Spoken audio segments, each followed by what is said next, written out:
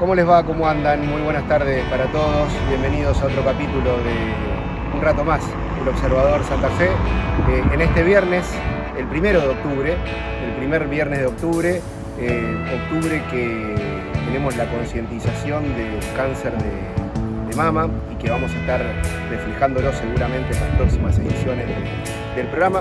Pero hoy les propongo una interesantísima nota con el ministro de Economía de la provincia de Santa Fe, con Pablo Olivares. Hablamos absolutamente de todo, del escenario nacional, hablamos del escenario provincial, qué está planeando, qué está ideando el gobierno en materia económica financiera para los próximos meses, qué se está trabajando en torno al próximo presupuesto, cómo está la relación con los gremios, la relación con la gestión de Javier Milei y este contexto que hasta se torna dramático a nivel nacional.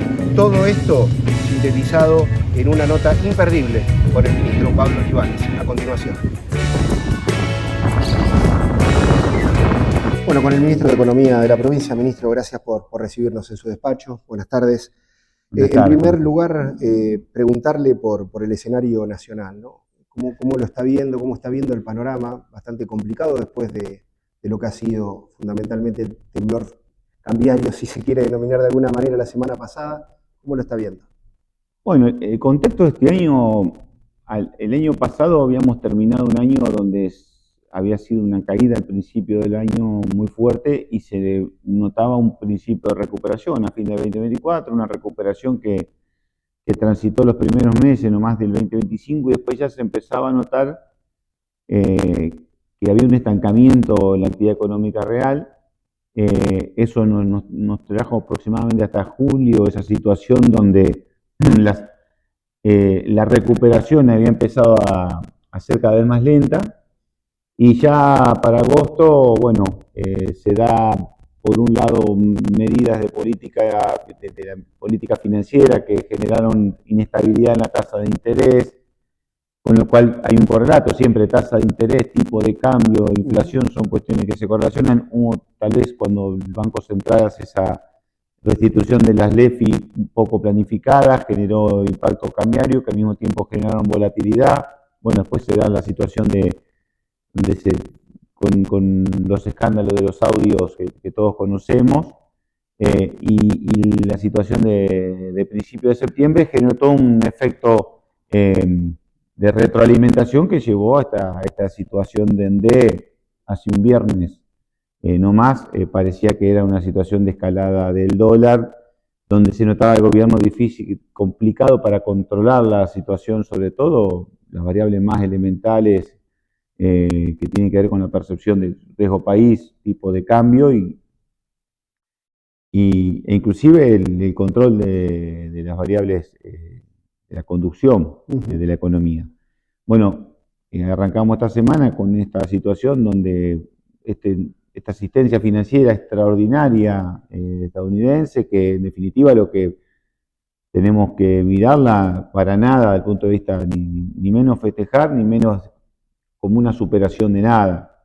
Esto al gobierno le permite simplemente comprar tiempo, pero no ha mejorado la situación ni en el supermercado, ni en el poder de compra de la gente, ni en la expectativa de la comunidad de negocios sobre la posibilidad de invertir o una recuperación. No veo una situación de recuperación económica, veo mucha retracción del empresariado a la hora de tomar decisiones, y lo que, bueno, aconteció la semana pasada también no ha colaborado en dar al empresariado una buena claridad.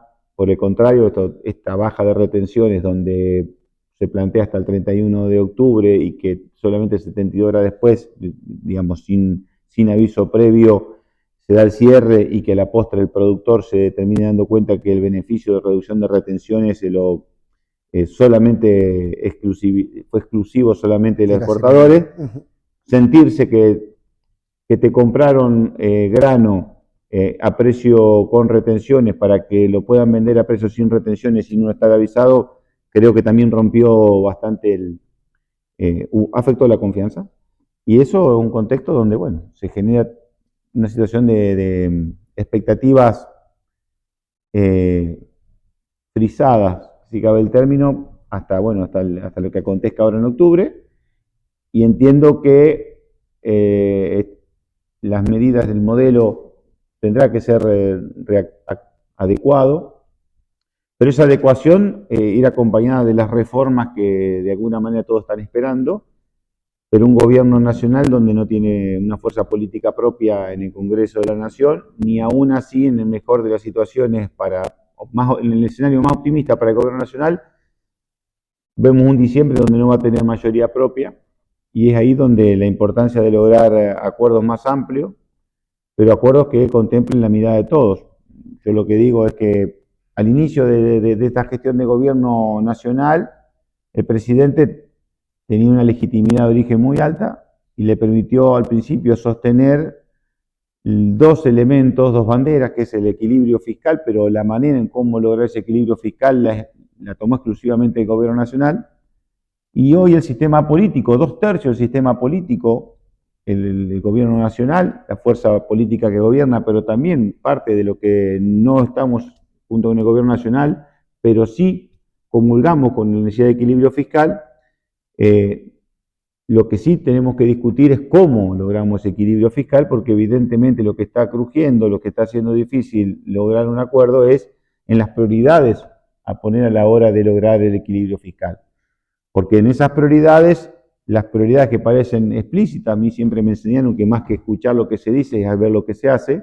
El gobierno nacional, a la hora de decir, bueno, vamos a estar en equilibrio, manifestó que no había plata, por usar las palabras más llanas, ni para las universidades, ni para personas con discapacidad, ni para la emergencia en pediatría, ni para las provincias, ni para los jubilados, pero sí no fue un obstáculo el equilibrio fiscal a la hora de ceder recursos, 1.000 millones de dólares, en unos pocos actores que le garantizaron vender grano. O sea, estamos hablando que para algunos sí hubo plata y para otros no. Seguro. Y paradójicamente, desde el punto de vista de la vulnerabilidad de los actores, para quien hubo plata, no son actores vulnerables, y para quienes se les dice que no hay plata, son sectores vulnerables. Bueno, ahí es donde hay una importante discusión, inclusive de los que comulgamos con la necesidad del equilibrio fiscal. ¿Ve usted alguna señal clara de una transición, si se quiere, hacia la estabilidad macroeconómica en el país, en medio de esta de esta recesión que usted hacía referencia? Creo que habrá que ver después de diciembre si se logra, y no creo que sea una transición sencilla. Va a depender también de la disponibilidad a acordar determinadas cuestiones de prioridades. Estamos ante un gobierno que no tiene la capacidad de retener exclusivamente la legitimidad de cómo lograr ciertas cosas y que tiene que dialogar con otros actores. Y va a depender también de esa actitud, del lado de que entendemos que no...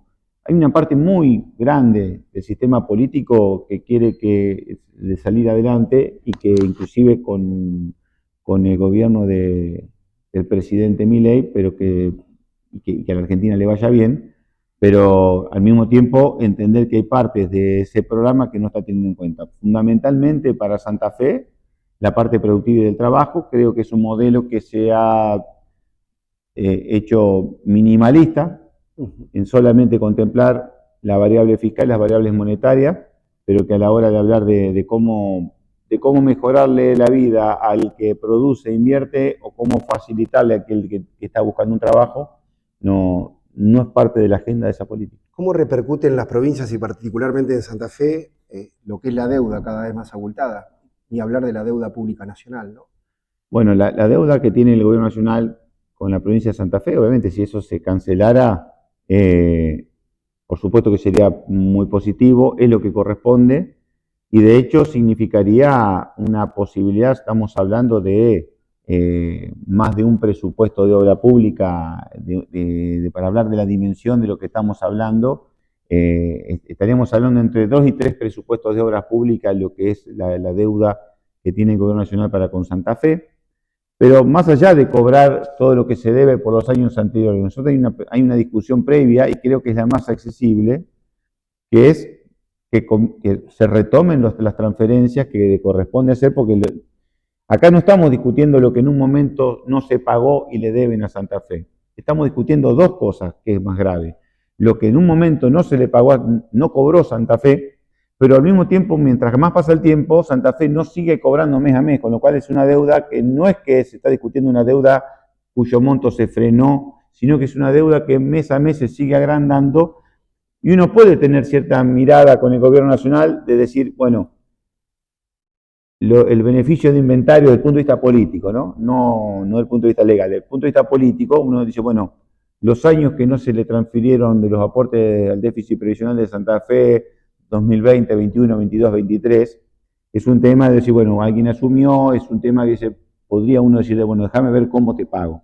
El problema es que ya vamos 2024, 2025, donde este gobierno nacional dejó de pagar lo que se debía pagar como anticipo, generando más deuda, y mostrando una voluntad de que, lejos de querer solucionar lo que debe hacia atrás, hay una voluntad de aumentar la deuda y dejar de pagar lo que se pagaba hacia adelante. En ese sentido se empeoró la situación que se tenía. Si Santa Fe era crítica porque le debían antes de diciembre del 2023, ahora tenemos la situación que mantenemos esa situación ya crítica y ahora le agregamos otra por añadidura, que mes a mes se le deja de pagar lo que mínimamente se le pagaba a cuenta. Desde ese punto de vista estamos en una peor situación.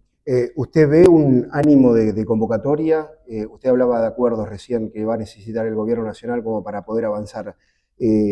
¿Usted cree o es optimista en una convocatoria general? Si planteamos como ánimo como una vocación genuina de convocatoria, no se ve todavía. Es difícil discernir entre cuando alguien está urgido por mostrar gestos a cuando realmente tiene una vocación de hacerlo. Creo que sí vemos urgidos de gestos, es muy visible que hay un gobierno que está en minoría en el Congreso, que el sistema político tiene una situación hoy minoritaria, que no logra todavía tener ni siquiera una minoría desde la cual garantizar ciertos acuerdos, y que vemos que en las últimas semanas sí está teniendo señales de cambio de gestos. Pero eso en realidad se tiene que ver cuando eso deja de ser el momento de una urgencia para en realidad mirar hacia dentro de 2 años. Habrá que ver si hay una vocación realmente de dialogar y de solucionar los problemas del país dialogando entre todos los que tienen responsabilidades políticas por gobernar. Esa es la importancia de los gobernadores. Los gobernadores son actores, además que han sido electos por sus pueblos, tienen la responsabilidad de llevar adelante y solucionar problemas de sus ciudadanos. Y por lo tanto, generalmente es de esperar que los acuerdos que están realizados entre el gobierno nacional y gobernadores tienen la primera condición de que está hecho por personas que tienen una responsabilidad que cumplir. Y por lo tanto, generalmente no tendrían componentes ni demagógicos ni nada que tienda a hacerlos que esos acuerdos sean vaporosos, sino que sean sólidos, conducentes a resolver cosas. Ministro, respecto al acuerdo con el Fondo Monetario Internacional, ¿cómo impacta, cree usted, en la gobernabilidad nacional y las posibilidades de financiamiento externo? Digo, ¿cómo puede repercutir esto también a futuro en la provincia de Santa Fe? A ver, el país viene con el Fondo Monetario Internacional desde el primer momento de que volvimos a pedirle prestado el fondo, y ya van a ser 7 años. Yo creo que transitamos después en un momento de qué tan cercanos a cumplir o no cumplir con el fondo, pero estamos bajo la tutela del Fondo Monetario Internacional, eso tenemos que serlo claro, porque nosotros hicimos como país las cosas para que lamentablemente eso suceda. Después fue cómo se lidió con esa decisión de tener que volver al Fondo Monetario Internacional. Lo que creo que tenemos, lo que sí, a diferencia de otros tiempos, no veo que el Fondo Monetario Internacional tenga la más mínima voluntad de quedar como el organismo que le genera consecuencias negativas, sanciones, sino que lo que hemos visto hasta el día de hoy es que el Fondo Monetario Internacional ha tenido la flexibilidad de cada vez que el país ha tenido inconvenientes porque por déficit de las propias políticas económicas domésticas no ha podido llegar a cumplir con las metas. Nunca hemos visto en los últimos 7 años, con los 3 gobiernos que ya han transitado, situaciones de como en otros tiempos, de ser los que ponían ante el abismo al país. Creo que el Fondo Monetario se ha corrido de ese lugar y no quiere para nada quedar en un lugar donde ha dejado siempre que las consecuencias las termine eligiendo el propio país. pero sí es cierto que la situación de nivel de endeudamiento que tenemos en Argentina hace complejo la convivencia de una política económica que tenga que cada vez resolver, sacar, digamos, parte de la población de la pobreza, invertir, resolver dos problemas, un gap de una brecha de ingresos y al mismo tiempo problemas infraestructurales y al mismo tiempo atender una deuda que se hace cada vez más difícil de atender. Creo que es el gran dilema que tenemos. Y ahora le agregamos otro capítulo más. O sea, ahora ya no solamente estamos asistidos por el Fondo Monetario Internacional, sino que ahora ya hemos ido a pedir auxilio a un país concreto.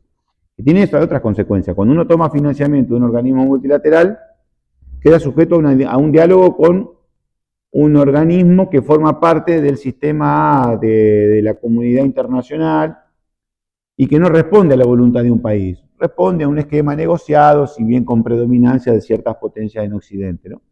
Estados Unidos. Ahora, Estados Unidos no es el dueño del FMI. Influencia en el FMI, por supuesto. Ahora, es la voluntad de una burocracia muy dura, muy sólida, más allá que hay una conducción política, donde convive el board con el staff técnico. Cuando uno va y le pide a un país, ya queda sujeto a las condicionalidades que ponga ese país y los intereses de ese país. Pedirle la asistencia financiera a Estados Unidos es indirectamente, y eso, digamos, es que estamos expuestos a que ya sea el financiamiento o posibles renegociaciones de ese financiamiento que se crucen entre los intereses estrictamente financieros con los intereses geopolíticos o cualquier otro interés que tenga Estados Unidos para con Argentina. Una última pregunta con respecto a este escenario nacional. En el discurso se menciona la necesidad de reformas, reforma laboral, reforma previsional, reforma fiscal. ¿Qué cree usted que debería priorizarse y cuál es viable que se pueda llevar a cabo? Yo creo que son 3 reformas que el país viene pidiendo hace tiempo, pero no lo miro, no lo digo del lado de cómo parece que cada uno plantea las reformas, se va y se ancla con otro momento como el de los 90. No. Está claro que hay anacronismos en todos esos 3 niveles, en lo laboral, en lo tributario, en lo previsional, que deben ser resueltos. Y vuelvo a lo que decía al principio de la nota. Ahora, la manera en cómo resolverse no puede quedar en manos solamente de una facción política de este país. Este país ya hace tiempo deja en claro que no hay un solo partido dentro del sistema político que pueda retener de manera más o menos permanente más del 30, 33, un tercio del electorado. Por lo tanto, cualquier reforma implica, para que realmente pueda considerarse como tal, una reforma no es como tal cuando sale una ley, una reforma es como tal cuando sale la ley, cómo la interpretan los actores y la verosimilitud de que eso dure a lo largo del tiempo y no que sea con una excepcionalidad dejada de sin efecto en 5 años, una contrarreforma o lo que fuese. Las reformas necesitan por lo menos que 2/3 del sistema político lo sostengan, y por eso la seriedad de esas reformas. Nosotros no podemos ir de vuelta a reformas donde simplemente lo que hagan es liberalización total, porque sabemos que el sistema político en algún momento no lo va a soportar. Por lo tanto, tenemos que ir a reformas que realmente salgan del anacronismo en el cual venimos transitando, pero entiendan que se logra una composición de los intereses sociales que están en juego. Nosotros no podemos ir a una reforma previsional que no priorice las situaciones, sobre todo de quienes ya aportaron y lograron que el sistema hoy prevea lo que es justamente la cobertura durante su vejez o sus tiempos de vida pasiva, que puedan tener un nivel de vida digno. Nosotros no podemos poner en juego eso. Se puede discutir cualquier cuestión menos eso. Cuando hablamos de reforma laboral, en realidad lo que hay que ponerse adelante es cómo crear incentivos a que se genere más empleo, pero no podemos poner el foco en cómo quitamos o ponemos en riesgo derechos que ya tienen o cómo desestabilizamos o dejamos en precariedad a quienes están trabajando. Son guías directrices por las que tenemos que ir, y si cada vez, primero, quien quiere intentar una reforma, lo primero que está mirando son reformas brutales, como se hicieron en el principio de los 90, estamos equivocados. Y quien mira las reformas con el solo hecho de agitar fantasmas, también se equivoca. Hay que abrir un debate. Santa Fe podemos dar no una forma de cómo reformar, sino de una vocación de cómo hacerlo. Lo que hemos hecho con la reforma constitucional y otras reformas que se han hecho a tiempo es que el sistema político que lo llevó adelante se puso de acuerdo. Y en ningún momento, y quedó demostrado en todas las situaciones, de que quienes eran agoreros y decían esto ya está escrito y solamente lo que van a hacer es pasarlo por una procesadora que es llamada legislatura o asamblea reformadora, no fue así. Las reformas que terminaron saliendo del proceso no coincidían estrictamente con las ideas que cada una de las partes del sistema político tenía al principio. ¿Por qué? Porque ese proceso realmente operó el mecanismo institucional que corresponde. Es que se piense en qué es mejor para todos y que todos los que tengan un interés concreto tengan una manera de ser. Esa concertación política que hubo en Santa Fe, ese acuerdo amplio que hubo, por ejemplo, con el tema de la caja, en eso tengo la esperanza que el país en algún momento lo pueda hacer. Estamos desde el punto de vista de la postura provincial y en el concierto con otras provincias, justamente lo que creemos que podemos llevar como expectativa al país. Una manera de cómo, en vez de que una facción triunfe transitoriamente imponiendo algo, como todas las facciones o todos los sectores dejen de actuar como facciones y digan, bueno, lo sustancial para mí es esto y esto es accesorio. Pongamos lo que es sustancial para todos y dejemos afuera lo que es accesorio y posiblemente lleguemos a una verdadera reforma que se pueda sostener en el tiempo. Ministro, si me permite, hacemos una pausa, puede ser, y seguimos dialogando sobre la actualidad de la economía provincial. El ministro Pablo Olivares con nosotros en El Observador. Hacemos una pausa y enseguida volvemos.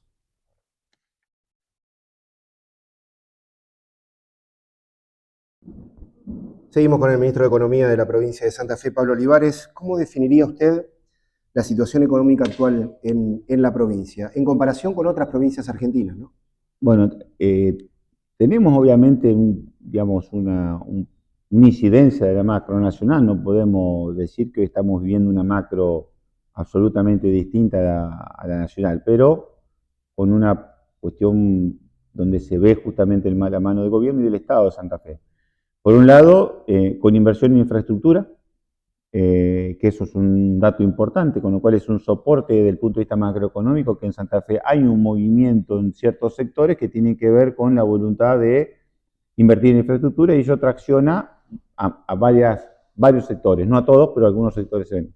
El otro aspecto que es importante es que el Estado no está tomando financiamiento ni está en una situación de desequilibrio financiero, por lo tanto no le está generando, es alguien que está para aportar solución y no para generar más problemas. Y por otro lado, que en Santa Fe tenemos sobre todo ha sido una decisión de gobierno del gobernador Puyaro desde el inicio de la gestión, de que los sectores sociales con mayores necesidades, a veces estructurales, no falte el Estado como un soporte allí, fundamentalmente en varios de los programas que lleva adelante el Ministerio de Igualdad y Desarrollo, pero también a través del propio Ministerio de Cultura, el propio Ministerio de Educación. También hay una fuerte presencia, de manera tal que aquellos que sobre todo pueden llegar a tener situaciones de menores ingresos, sepan que el tener menores ingresos en ningún momento les va a significar pasar por necesidades básicas o necesidades de primer orden.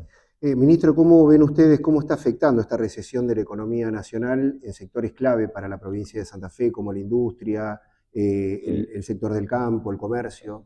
Al sector de campo, como te comentaba recién, el sector de campo viene apostando, nunca deja de apostar, pero la verdad que a la hora que hubo que decidir qué impuesto sacar, se sacó el impuesto país que beneficia a los que importan en vez de elegir las retenciones. Digo un ejemplo.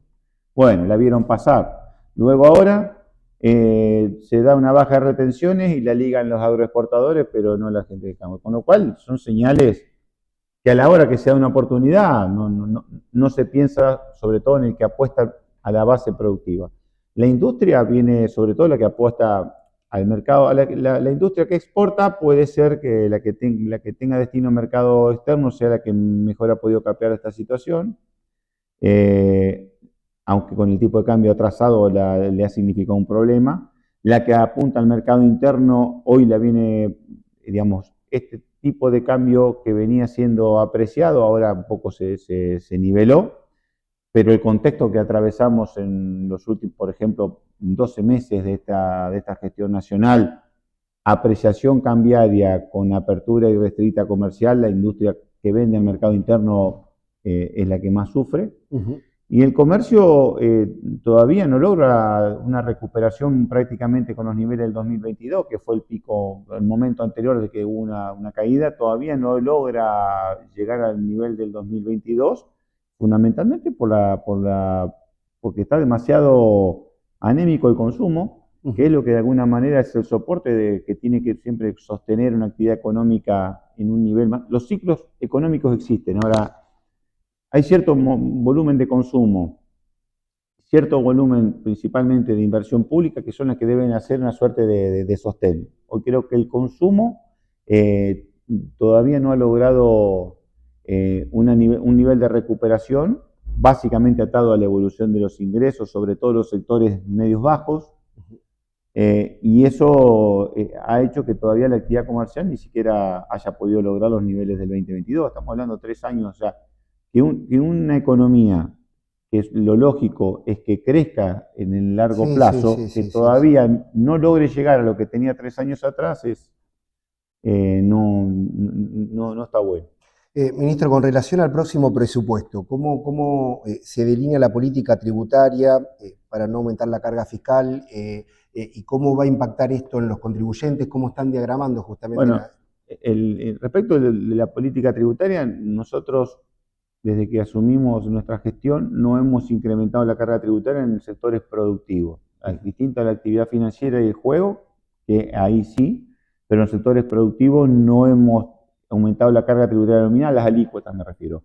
Sí venimos trabajando año a año de establecer beneficios tanto al sector agropecuario a través del inmobiliario rural con determinados descuentos, como también beneficios al transporte, beneficios al comercio, beneficios a la hotelería, al turismo, y también pensamos en la industria, no tal vez tocando las alícuotas, pero sí permitiéndole vincular, por ejemplo, como hemos hecho, que al comercio le hemos permitido deducir de lo que paga ingresos brutos una cuarta parte de lo que paga el impuesto inmobiliario del local.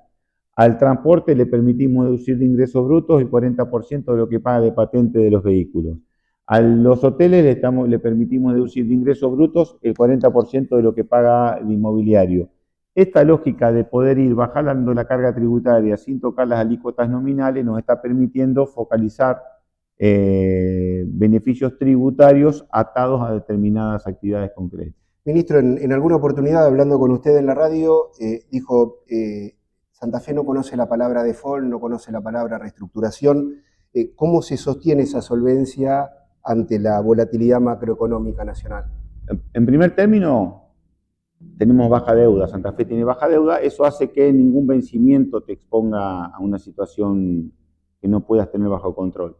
Por ejemplo, este año, o sea, esto es muy reciente, esta semana terminamos de hacer la compra de los dólares que Santa Fe necesita para cumplir con una de las cuotas más importantes de cancelación de los bonos internacionales que vencen a fin de octubre. Santa Fe ya tiene los dólares, estamos hablando de 91 millones de dólares, ya se tienen para cancelar una tercera parte de una de las deudas que se tomaron en el mercado internacional. ¿Cómo lo fuimos haciendo? Bueno, previendo diariamente de ir haciéndolo con un método, o sea, y de esa forma uno va manteniendo la confiabilidad. El no tener, primero es un mandato, no tener, conocer la palabra default, reestructuración. Es algo que ha hecho Santa Fe a lo largo de décadas. Todos los gobiernos han coincidido en eso. Fíjate vos, hacia el país, cuánto podemos dar desde Santa Fe como una ejemplaridad del punto de vista, mira, con esto no se juega, y por lo tanto esto se cumple. Al ser así, tenemos un nivel de confiabilidad distinto de otras provincias. Por supuesto que uno está en una macro nacional, eso le agrega más grado o menos grado de dificultad según la coyuntura nacional, pero lo podemos cumplir igual en Santa Fe. Con la reciente autorización de la legislatura para tomar créditos por más de $1.000 millones, ¿hay un plan? Bueno, teniendo en cuenta este contexto. Eso es una autorización total, es una autorización que se puede ir haciendo en etapas. La verdad que cuando se obtuvo la autorización de la legislatura, después hubo que gestionar la autorización ante el Gobierno Nacional, hay una demora del Gobierno Nacional, ya la hemos sorteado, bueno, ahora estamos atravesando una situación del mercado internacional que no es propicio en este momento pensar en una toma de financiamiento en el mercado internacional, pero vamos a ir evaluando cuál es la evolución de esa situación.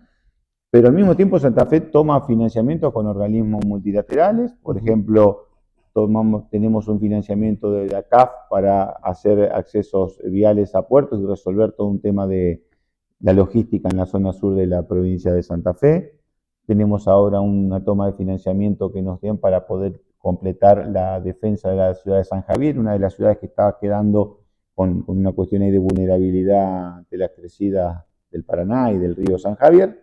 Y tenemos con el fondo de la agencia francesa, con lo cual el financiamiento Santa Fe lo va tomando ya sea a través de organismos multilaterales con los que trabaja siempre, que son préstamos para determinadas obras, o en este caso con financiamiento del mercado internacional, o lo hemos hecho el año pasado tomando financiamiento en el mercado local en pesos para hacer el tercer carril de autopista entre San Lorenzo y Circunvalación. Dos últimas preguntas, ministro. ¿Cuál es la política de Santa Fe respecto al régimen de incentivo de grandes inversiones, el denominado Bueno, RIGI? aquí tomamos tempranamente la decisión de adherir, y no solamente adherir, sino acompañar, sumarle a los beneficios nacionales exenciones por 10 años de impuestos provinciales, con lo cual Santa Fe es una provincia muy receptiva de RIGI, con una vocación de que vengan a radicarse RIGI. Obviamente tiene que haber, sabemos que el RIGI no es para todos los sectores, y hay más sectores vinculados con el hidrocarburo, con la minería, pero aquellos que tengan que ver con energía, con otros sectores que están habilitados para el RIGI, Santa Fe tomó una decisión con total claridad. Adherimos a la ley nacional con todas las consecuencias que eso implica a favor de quien invierte, y además eximirlo durante 10 años de impuestos provinciales. Una última pregunta. ¿Cómo se van a sortear, teniendo en cuenta este contexto nacional, eventuales conflictos gremiales en la provincia? ¿Cómo se está trabajando en torno a esto? No, a ver, primero, a veces cuando se habla de la palabra conflicto, parece que siempre le asignamos. El conflicto es inherente a la vida en sociedad. El conflicto hay entre dos hermanos que se aman, pero para la convivencia en una misma habitación suele haber conflicto. Lo importante es con qué eficiencia se arbitran esos conflictos, se procesan esos conflictos.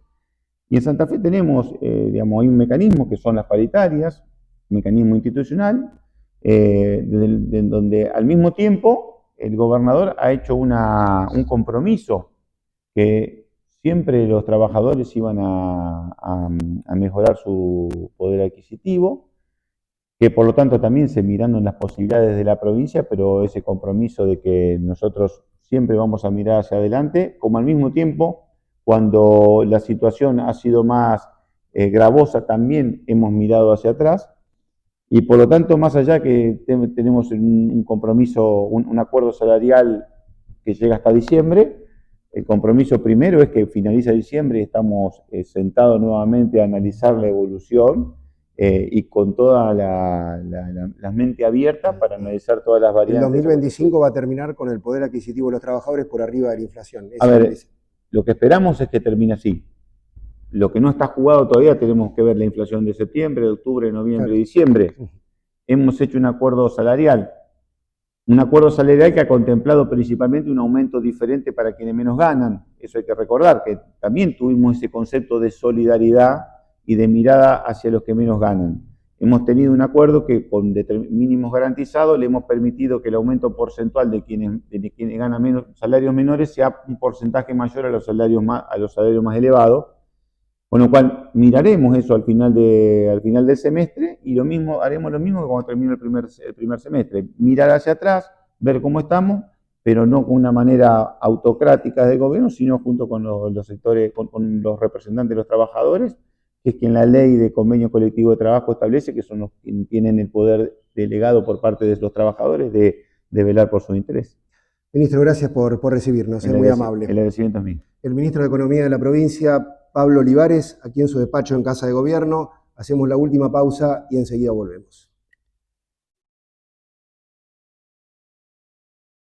Intendente, muchas gracias por recibirnos en su despacho. La última vez que hablamos fue en abril para el programa. Mira. Y en esa oportunidad usted mencionaba o hacía referencia a los desafíos que venían para este 2025. Uno de los desafíos era la Constitución provincial y cómo iba a repercutir esto en la ciudad de Santa Fe, y el otro el plan de iluminación. Si le parece, comenzamos con la Constitución, porque hubo un acto importante con la jura de la Constitución en la ciudad. Cuéntenos un poco de eso.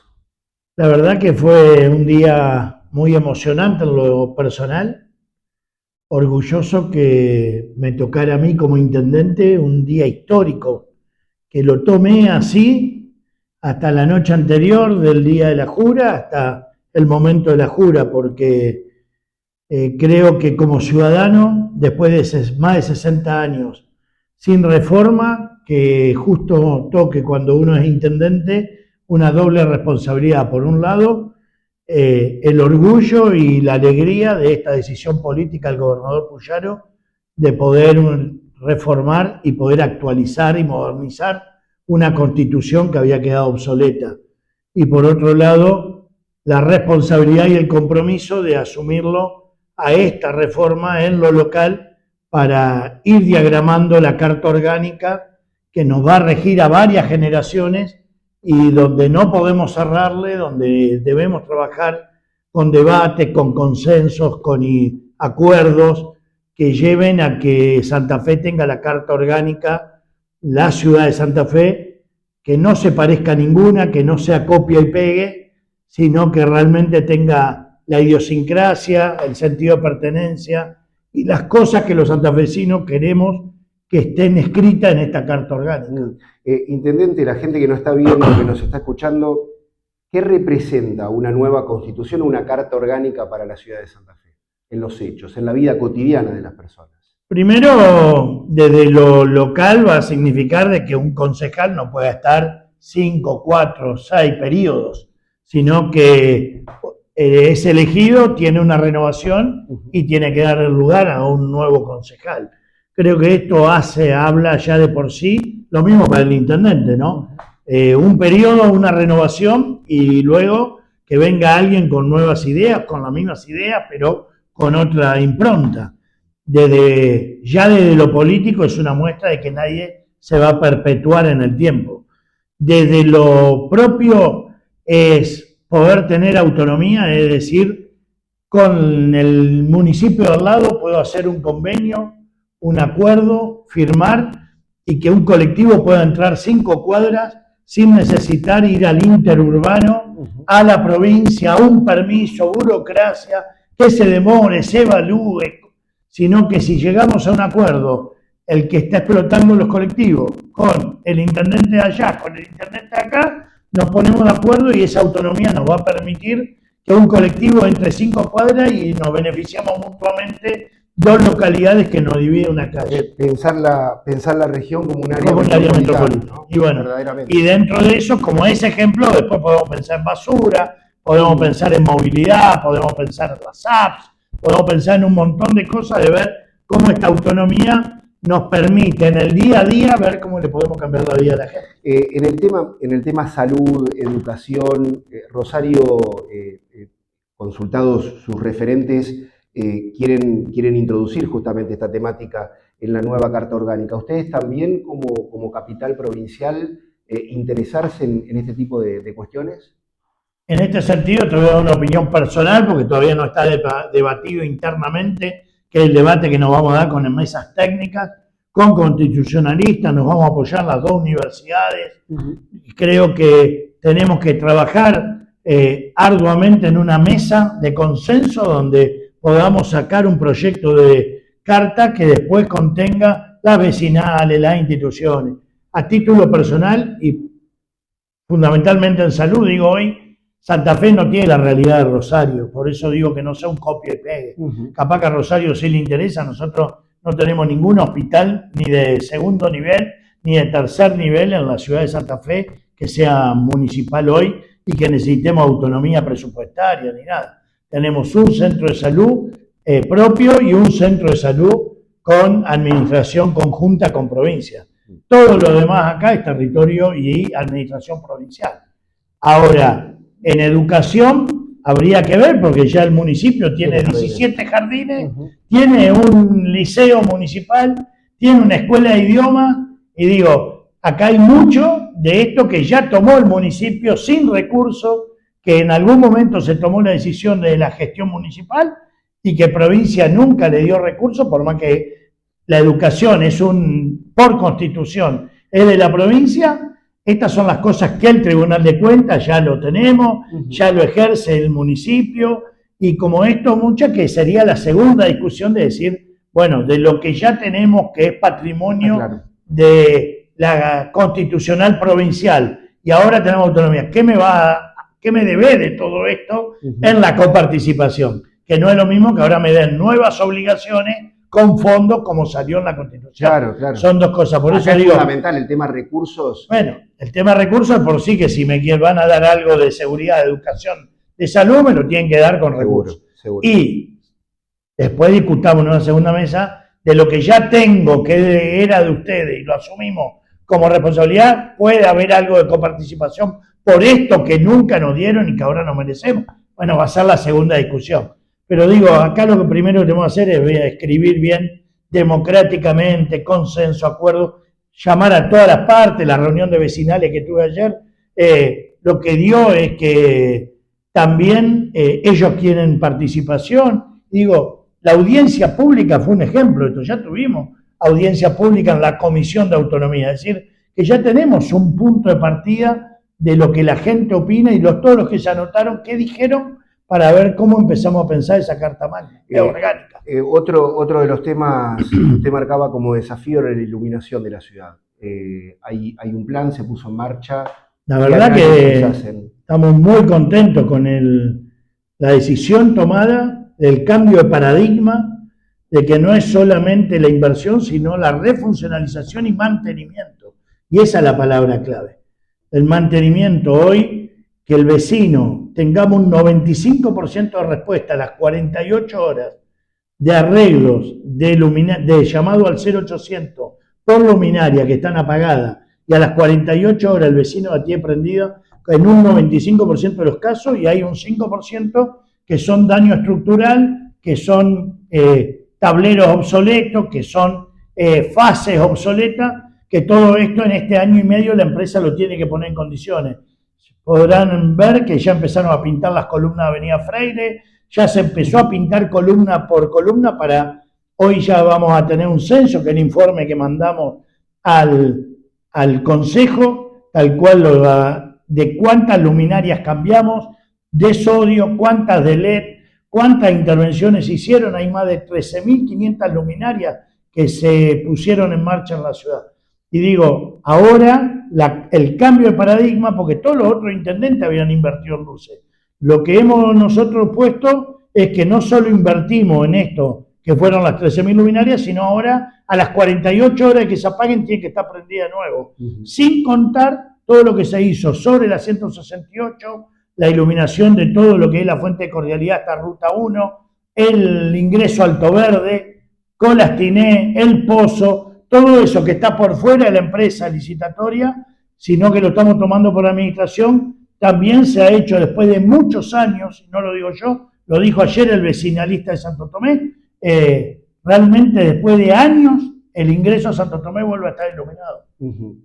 Es una experiencia positiva entonces, hasta totalmente. ahora, Nosotros que hacen. Estamos muy felices, pero también comprometidos a seguir controlando la empresa. Acá hay que controlar y ser efectivo, eficiente, para que el vecino tenga la luz prendida. Y lo digo con esa sinceridad, que realmente estamos convencidos que se ha visto un cambio en la iluminación de Santa Fe, y ojalá podamos ir como proyecto ahora que se prendió. Bueno, tendremos que ver si no vamos a dar el segundo paso de ver cómo hacemos para que los barrios que tengan sodio pasen a tener LED, que es el segundo paso de tecnología, donde vamos a consumir menos, vamos a gastar menos, tiene más eficiencia y ilumina mejor. Uno de los problemas, el flagelo, le diría yo, en Santa Fe era el vandalismo, por eso también la falta de iluminación en algunos sectores.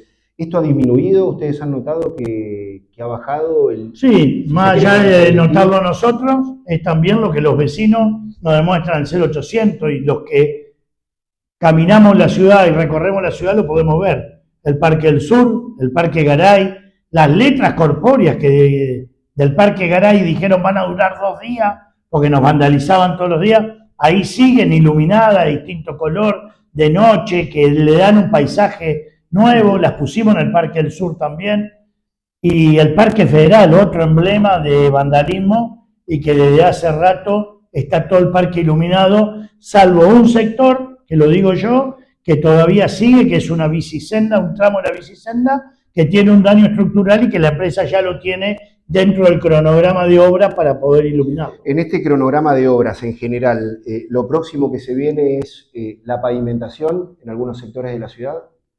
Nosotros lo que tenemos es un plan de bacheo integral que incluye hoy 4 licitaciones, asfalto frío, asfalto caliente, hormigón, y tanto eso por administración, comprando nosotros la piedra y el hormigón, digamos el asfalto y el hormigón, y por tercero, donde tercerizamos X cantidad de metros cuadrados de baches y se van cubriendo X cantidad de baches a medida que la licitación. Es muy difícil hablar de cuadras porque los baches a veces hay un solo bache que me lleva X cantidad de metros cuadrados y hay otro bache más chico. Entonces nosotros la licitación la hacemos por metro cuadrado porque es imposible calcular por bache el precio de un bache cuando el bache es más grande de lo que pensábamos. Sumado a esto, nosotros estamos en un plan de mejorado de calles en los lugares a donde aún tenemos calle de tierra, nos quedan 2.800 calles de tierra aproximadamente en la ciudad. Bueno, dentro de eso nosotros estamos en un plan entre 80 y 100 calles de tierra, transformarla a piedra 1030, que es más que ripio, y por supuesto que menos que asfalto, pero la escala municipal nos permite hacer esta piedra 1030, que le va a servir al vecino el día de lluvia para poder salir a trabajar, a llevar al chico al colegio, y hoy todas esas calles de tierra les puedo asegurar, y lo entiendo al vecino, que no pueden salir un día de lluvia.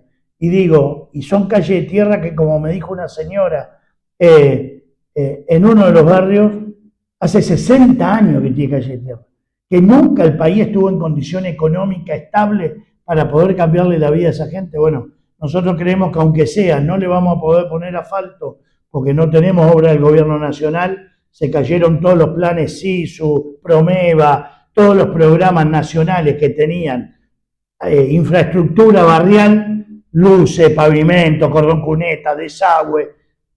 Cuando venía el Estado Nacional llegaba con todo eso, hoy nosotros desapareció, tenemos una escala municipal y el acuerdo capital, que sin lugar a duda hoy con las obras de ODESUR, más las 5 obras del acuerdo capital, la provincia va a quedar la ciudad va a quedar con un legado de esas obras provinciales, sin contar el puente carretero, que es el emblema de obra provincial, que el gobierno nacional no lo hizo y lo hace un gobierno provincial. Pero digo, la obra de calles es piedra 1030, 80, 100 por mes, y tratar de llegar al final de la gestión con la menor cantidad de calle de tierra posible en cualquier barrio. Y por otro lado, asfalto frío, asfalto caliente y hormigón en 3 puntos de ataque por licitación y por administración. Hablando de gestión, cuando iniciaba su mandato, lo que se fijó como objetivos para realizar en la ciudad, ¿está conforme? ¿Lo va cumpliendo según lo que había previsto?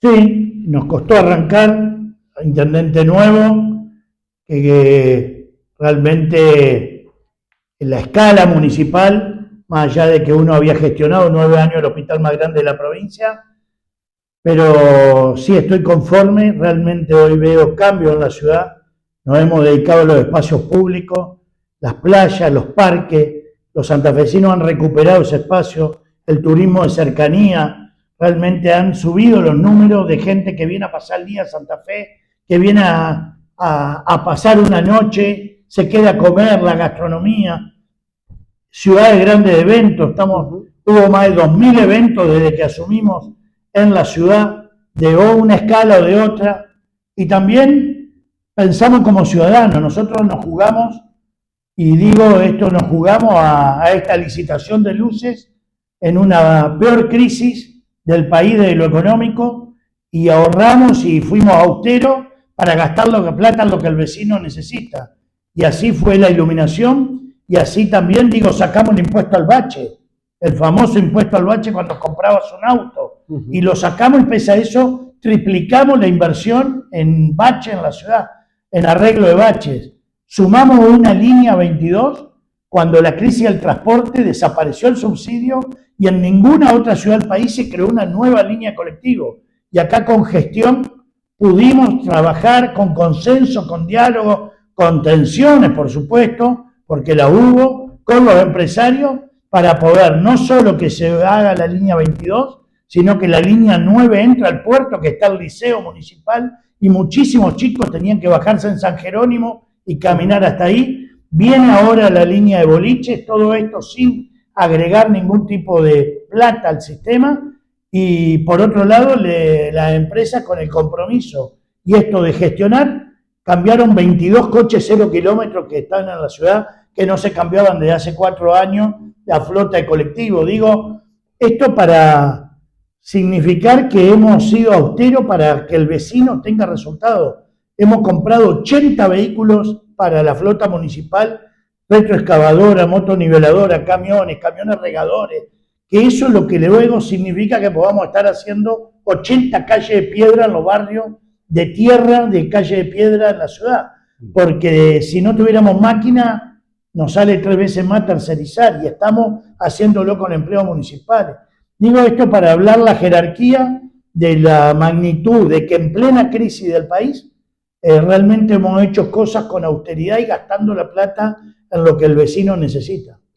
La última pregunta, Intendente, agradeciéndole estos minutos. ¿Qué se viene para el 2026? ¿Qué están planeando para el próximo año? Sin lugar a duda que el desafío va a ser los Juegos Odesur. Tenemos que tener una ciudad de presencia internacional. Los Juegos Odesur van a ser realmente un hito para la ciudad y así lo debemos tomar. Por eso las 5 obras del Acuerdo Capital, que son locales, que son realmente para el día a día del vecino, se le va a sumar la Villa Deportiva con toda la infraestructura de Esmeralda Este, todo el Boulevard Taca con todo ese polo deportivo, el microestadio que va a quedar legado para la ciudad para poder utilizarlo federaciones de handball, de básquet, de vóley, poder hacer actividades, espectáculos, campeonatos o recitales en ese microestadio en un futuro, sumar todo eso que vamos a hacer 6,5 kilómetros más de bicisenda, porque hemos subido la bici pública, una de las pocas ciudades que tiene bicis públicas gratuitas, y hemos subido 14 bicipuntos, hemos agregado en la ciudad de Santa Fe, y nos queremos extender hacia el oeste y hacia el norte, como la gente nos pide, porque es donde más necesitan la bici gratuita, pero también vamos a hacer 6,5 kilómetros más de bicisenda para ordenar el tránsito ciclista también, y que haya bicipuntos conectados por bicisendas que lleven a que no quede una bicisenda cortada en la mitad, sino que Galicia se conecte con la bicisenda de Aristóbulo del Valle, que llega hasta Gorriti, que podamos estar conectando la primer bicisenda metropolitana que va a tener el puente carretero con la de Urquiza y pueda llegar hasta Boulevard, todo esto es lo que le da conectividad. Estamos pensando la movilidad inteligente, el SEOM, que nos va a permitir desde tu casa que vos puedas ver si una dársena está libre, ocupada, dónde hay dársenas libres, si no hay dársenas libres, para qué saco el auto, me voy en otro modo de transporte. Y esto es lo que va a dar una ciudad inteligente, como creo yo que somos, que una ciudad capital de la provincia, tenemos que modernizarnos. Se viene la app del municipio que va a ser la Monia en tu celu y va a poder hacer todos los trámites de la parada de colectivo a través del celular. Ya estamos pudiendo pagar la SUBE con billetera virtual, con el reloj, con el teléfono, con débito, con crédito. Hoy te subí al colectivo y si no tenés la SUBE podés pagar el colectivo con tarjeta de débito. Todas cosas que parecían muy lejanas en esta ciudad y que se pudieron concretar, y lo quiero decir porque a veces la gente no lo registra, pero todavía no cumplimos 2 años de gestión. Yo no llegué a la mitad de mi gestión y pudimos estar charlando un montón de cosas que ya hicimos. Llevamos 21 meses, por supuesto que fueron intensos, que es toda una curva de aprendizaje, le llamo yo, para trabajo en equipo tan grande. Tengo un equipo comprometido de 24/7, como le llamo yo. El hospital me dio esta experiencia de laburar 24/7, no tener horario, de tener el teléfono abierto para cualquier... Y bueno, y la ciudad te lo cuatriplica, te lo quintuplica, pero también una de las cosas que nos propusimos es ser territorial, estar en el territorio, ir a los barrios. Yo ya visité 62 barrios de los 87 y no llegué a la mitad de mi gestión. Y no hubo reelección sí que no voy para el voto. Yo estoy convencido que si no conocemos los problemas de la gente, no vamos a saber qué priorizar. Tenemos que ir a ver cómo vive alguien en calle Tierra, que cuando llueve no puede salir y cuando hace calor se come el polvo porque no pasó el camión regador. Esto, si vos no vivís ahí, no tomás dimensión. Y ahí donde los que vivimos, gracias a Dios en asfalto, tenemos que tomar dimensión de lo que vive alguien que vive en la tierra.